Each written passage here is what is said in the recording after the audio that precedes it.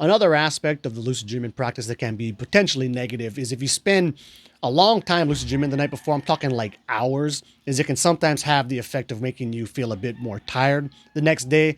And now for me personally, I've really only found this to be the case in one scenario.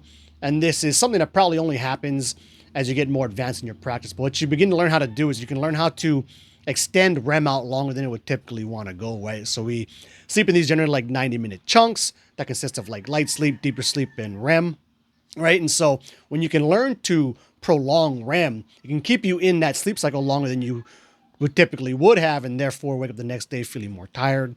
Another way that can come into play is basically the same thing, but taken in chunks. Is if you get lucid multiple dreams that night and then push each dream out longer than it would typically want to go, can basically have the same effect. Now, something else that gets brought up sometimes too is people ask, hey, like if you're lucid throughout the night because you're cognitively engaged in the process, does that alone make you tired and more sleepy the next day? And I have not found that to be the case. To me, it's only ever really been noticeable when I'm really pushing out REM for prolonged periods of time and messing with my sleep cycles.